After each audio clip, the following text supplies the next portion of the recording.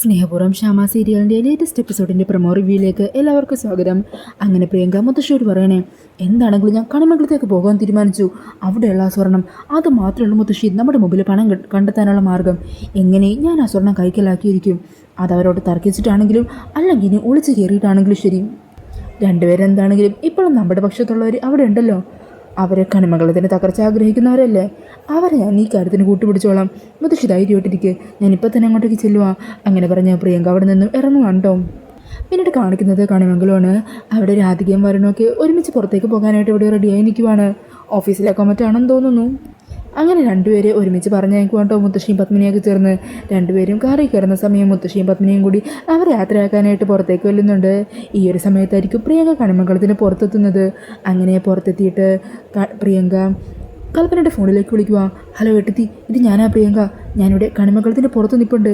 നീ എന്തിനാ ഇപ്പം ഇങ്ങോട്ട് വന്നത്? അതൊക്കെ ഉണ്ട് ഏട്ടത്തി, എനിക്ക് എങ്ങനെയെങ്കിലും അവിടെ കയറിയേ പറ്റും. എടി, നിന്നെ ഇവിടെ ആരെങ്കിലും കണ്ടാലേ പ്രശ്നമാകും. നിന്നെ വീട്ടിൻ്റെ അകത്ത് പോലും ആരും കയറ്റാൻ പോകുന്നില്ല. അതിനല്ലേ ഞാൻ ഏട്ടത്തിയുടെ സഹായം ചോദിച്ചത്.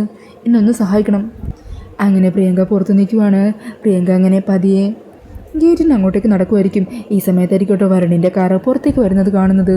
അത് കാണുന്നതും പ്രിയങ്ക അവിടെ എവിടെയോ മറഞ്ഞു നിൽക്കുവാണ്. അങ്ങനെ കാറ് പോയതിനു ശേഷം പ്രിയങ്ക കൽപ്പനയുടെ സഹായത്തോടെ പതിയെ അകത്തേക്ക് കയറുവാണ്. ഈ സമയം കൽപ്പനയാണെങ്കിൽ മറ്റാരുടെയും കണ്ണിപ്പെടാതെ സ്റ്റെപ്പിൻ്റെ മുകളിലൂടെ നിൽക്കുമായിരിക്കും. ഈ സമയം പ്രിയങ്ക മുമ്പിലത്തെ വാതിലിൻ്റെ അവിടെ കൂടി അകത്തേക്ക് കയറാൻ തുടങ്ങുവാണ്. അങ്ങനെ അകത്ത് റൂമിലേക്ക് കയറാൻ തുടങ്ങുന്ന പ്രിയങ്കയെ പത്മിനി കൈയോടെ പിടികൂടുക.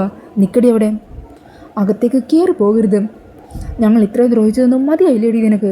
നീ എന്തിനാ ഇങ്ങോട്ട് വീണ്ടും കയറി വന്നത് എന്നും പറഞ്ഞ് പ്രിയങ്കേനെ അവിടെ നിന്ന് ആട്ടിയിറക്കി വിടാൻ ശ്രമിക്കുവാണ്ടോ പത്മിനി. പിന്നീട് കാണിക്കുന്നത് സുകുമാരിയമ്മ കോടതിയിലെത്തുന്ന ഒരു സീനാണ്.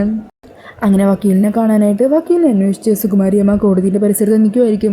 ഈ സമയത്തായിരിക്കും കേട്ടോ അതുവഴി പോകുന്ന ആരതി വക്കീൽ അവിടെ എത്തി പതുങ്ങി നിൽക്കുന്ന സുകുമാരിനെ കാണുന്നത്. അങ്ങനെ സുകുമാരി എന്തോ ഒരു പണിയൊപ്പിക്കാനാണ് ഇവിടെ വന്നിരിക്കുന്നതെന്ന് ആരതിക്ക് മനസ്സിലാകുവാണ്. അങ്ങനെ ആരതി മറഞ്ഞു നിന്ന് സുകുമാരിനെ നോക്കുന്ന ഒരു സീനൊക്കെയാണ് കേട്ടോ പ്രൊമോയിൽ കാണിക്കുന്നത്.